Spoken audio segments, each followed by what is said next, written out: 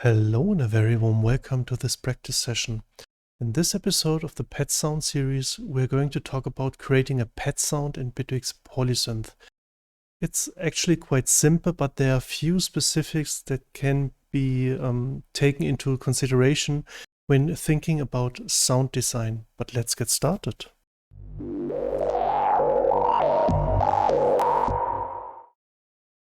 So this is the Polysynth. I made it really big so you can see it really good.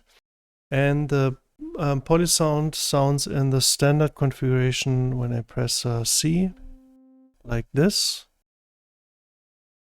Or when I press a chord, like this. So, and I want to create a pet. And normally this is could be a very simple task for all of you who know that already. But for people that don't know, they need to know how to do that. And there are some additional things you might want to consider when creating that sound. So in the beginning, I'm thinking about how would this sound sound? How would I describe this sound? So I'm searching for some words that describes it, like soft, warm, slow, spacey, something like that. So and slowly swelling up and slowly swelling down, something like that, in this direction, kind of. And the other thought I have to this is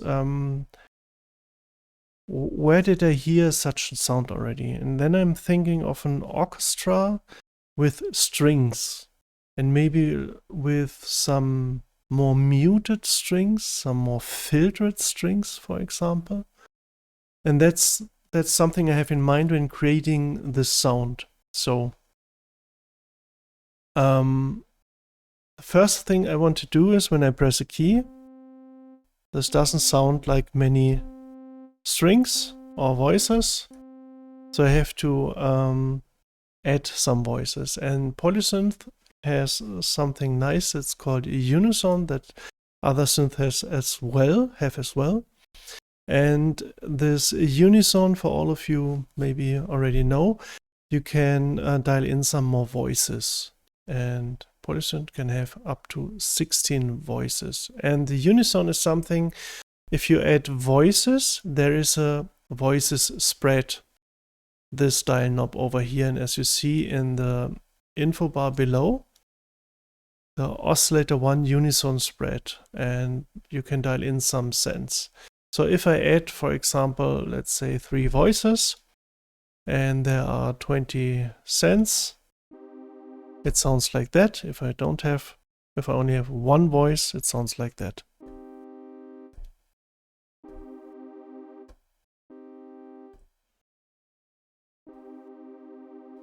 Okay, and the spread is something that changes the pitch. For example, this is only my thinking, my logic. It doesn't say that it is like that in Polysynth. But for example, if I have 3 voices and there is unison spread of 20 cents, so the first voice in the middle, for example, has the right pitch. And if I go to the right side, the pitch of the next, or if I go to the next, to the second voice, this voice is pitched up 10 cents. And the third voice is pitched up from the original pitch 10 cents down. So I have a range of 20 cents where the middle one is in the 0 in the middle, in the center. The upper one is 10 cents above and the lower one is 10 cents below. So, and this is the theoretical. Some synthesizers do it differently, maybe, but that's the basic concept behind that.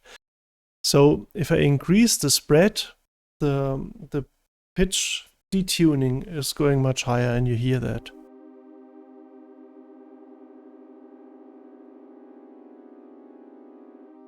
If I, for example, only take 2 voices,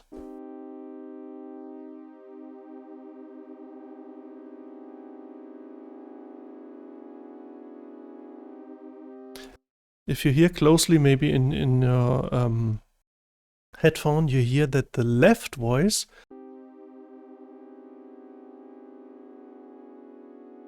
is going up and the right voice is going down.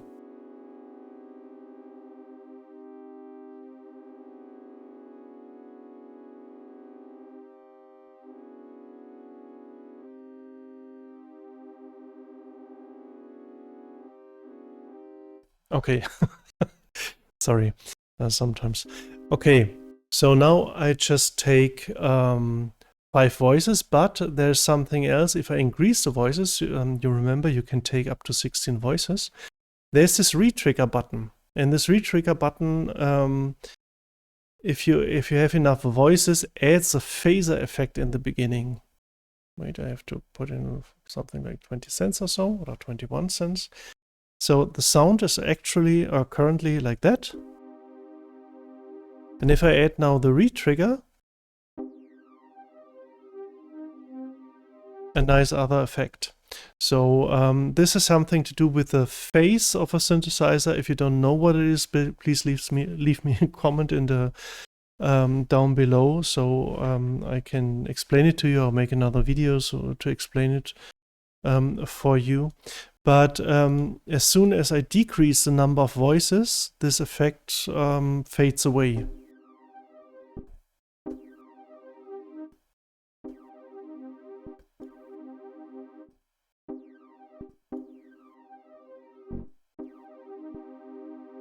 But I don't want this phase effect right now. So now I have several voices, for example, like that. And this already sounds, if I use, wait, I take away the resonance. Then I take away the velocity, so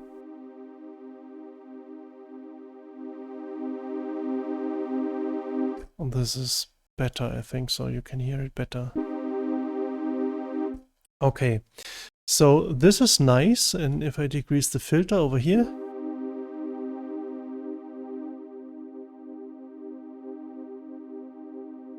this is maybe something, a pet I want to have, but there's still too many high frequency in there. And on this filter I have the possibility to use another filter slope. So currently I have selected a 2-pole low pass slope. You can see it down below here in the info bar when I hover with the mouse over it. But I can select as well a 4-pole slope. And what this is, just a little reminder, if I use an EQ for that and make it big so it's in the upper window, I could use a low pass or high cut filter like that. And this is 2-pole filter. This is this filter I can use, and this cuts the high frequency like that. And if I use the 4-pole filter, and you can see it here, 4-pole, 2-pole, 4-pole, and on the right side you see 24-pole. Every pole is 6 decibel. Like 1 pole is 6 decibel, 2-pole is 12. 4-pole is, yay, 24, 6-pole, 36, 8-pole, 48. So it's every time 6, or what do you say? A multiplication of 6, so like that. Okay, I take the 4-pole, but now I deactivate the EQ again because I don't need it anymore. Oh, I have 2 EQs, nice. Maybe I just delete them so nothing will happen. Okay. So I take the 4-pole, maybe just take this first and then take the 4-pole so you can hear the difference. Now we can open up the filter again. There are not so many high frequencies, but more mid frequencies. Here too much high frequencies. Want to get a good result, I have to make it really down, but that's not the intention I want to have, or that's not the sound I want to have, not my intention. Maybe something like that. That sounds already really nice. So a very important thing is about the slope, filter slope over here, what you choose. There are much steeper filter slopes you can choose. In other synthesizers here it's 2-pole and 4-pole. That's it currently. Okay, and now I want to have in my amplitude I want to have a movement in here, and this movement I do with the envelope generator ADSR over here, with the amplitude envelope generator over here. And this envelope generator has a standard value of fast attack, so no time, no percent, don't know what percent, okay. Then the slower decay and high sustain and a quite fast release. That means, let me paint that over here. It's just a painting that has no influence on the sound. So I want to have a slow swelling attack. So I paint it. So this is my attack phase, it's slowly swelling. Then I want to have a slowly falling decay. And decay is falling, for example, like that. And as long as I hold the key, this is the normal ADSR, the sustain, for example, let's do it, for example, like that. This is the time, how long I hold the keys, and then the release phase is coming like that. And I want to have a longer release, so maybe like that, because the release is the time when I release the key, and I can release the key over here, somewhere over here, so it goes down over here, but I can release the key over here as well. And then this time, or this fade out configuration, counts from here, this time. So, and this time frame, so 1.5, for example, like here, it would end up to 0, like this. So currently I put the ADSR to, let's say, like this, the decay over here, so I have a slow attack, a slow decay. Sustain I put on, let's say, 35, and the release on 65 or something like that. So currently my sound sounds like this.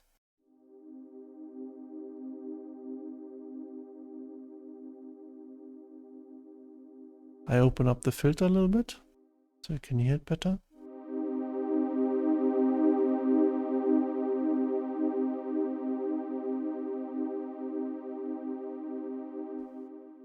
So you can hear this movement from silent to higher volume.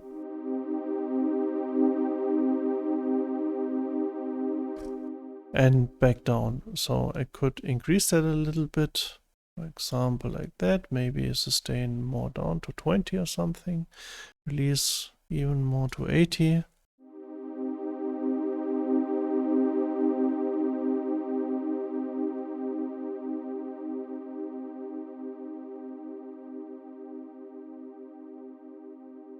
Now I'm sustained phase. Now I release the keys. And this is the release phase. So now I have already something like this.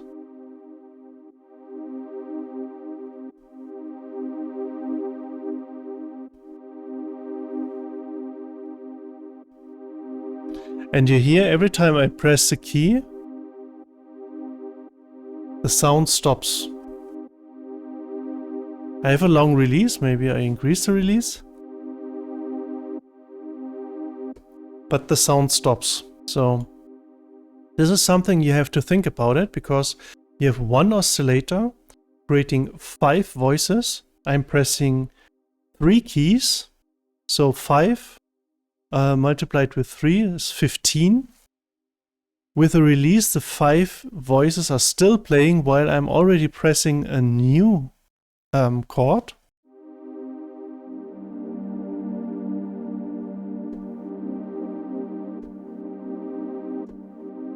Okay, there are 2 things right now. Ah, okay. So in standard, the Polysynth has 12 voices.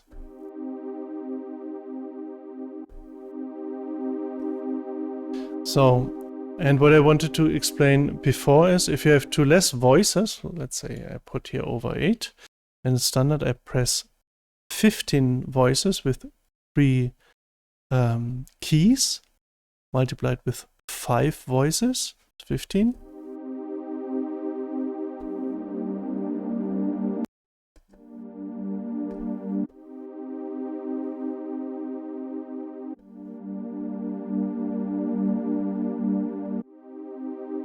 It stops. So you always have to ensure that you have enough voices running. And if I put that to 28 or 30 or something like that, I have enough voices.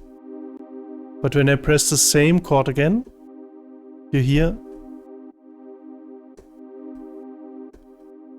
it's stopping. And here you can press still same key. Then it doesn't stop. Or you could increase the milliseconds over here. So it fades out, but it's still not that what I want. Just press here still same key. So you could press the whole the same chord over and over again to create just a repeating swelling. For example. So one thing is to ensure you have enough voices, and the second thing is to look at the still same key. So now I have an envelope, volume envelope, but the pad is right now a little bit too open, so I want to have it like this, for example.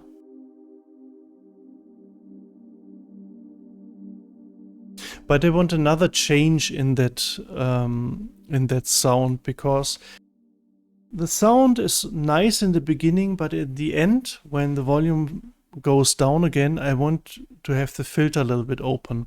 And for that, I have another envelope generator over here, the filter envelope generator. This blinks always because you could modulate some other things as well with it. But with this filter modulator or filter envelope generator, the ADSR, this is mapped to the filter envelope depth.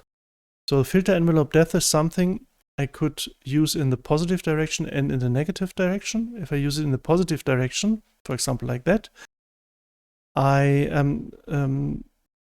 create a modulation that reacts on this.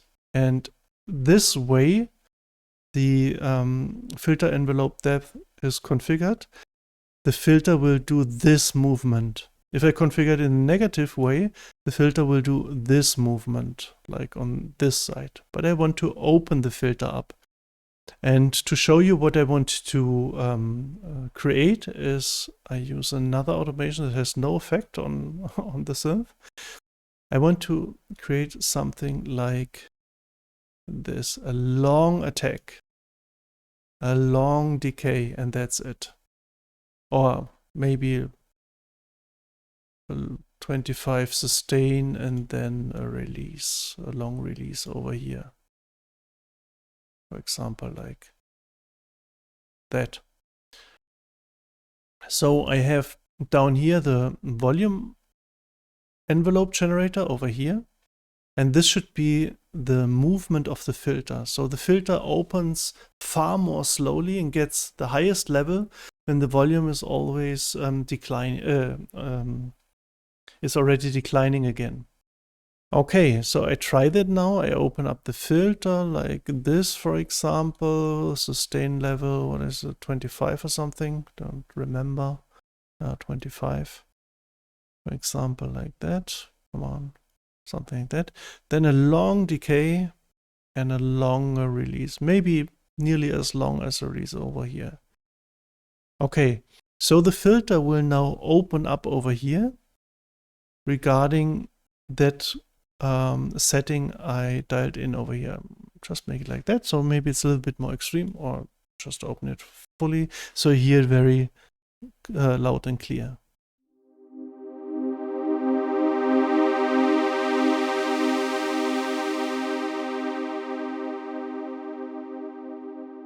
Okay, this was very loud. I could decrease that movement a little bit.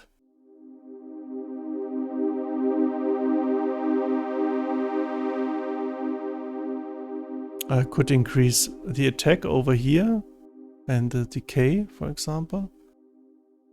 Let's make it again.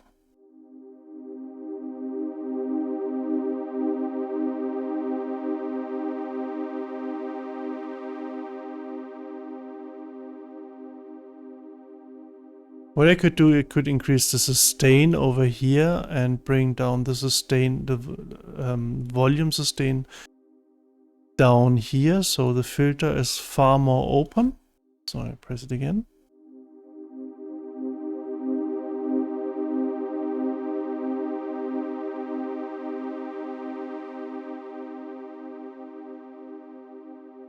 Maybe make this a little bit slower, so you notice that better, with nearly 70, something like that. That's too fast. Maybe 77.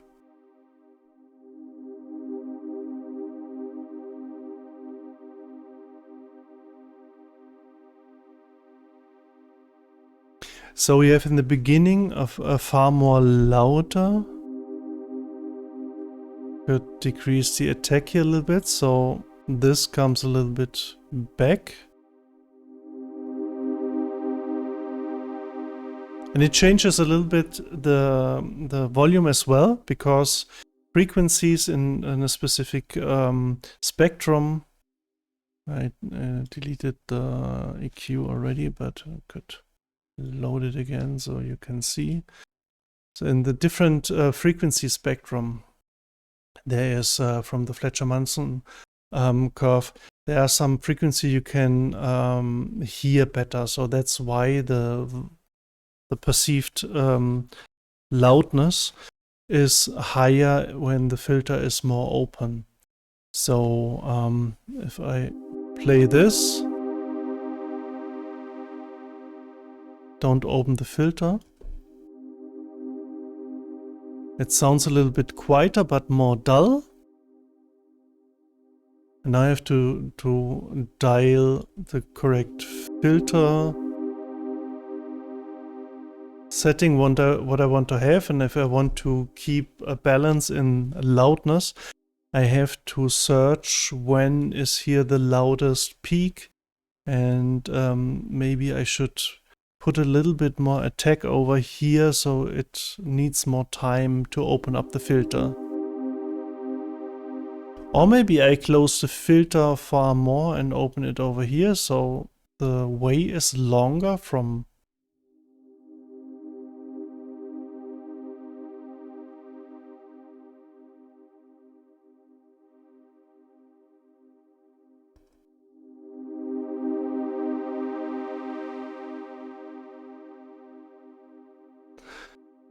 So, and that's a way how to configure a pad.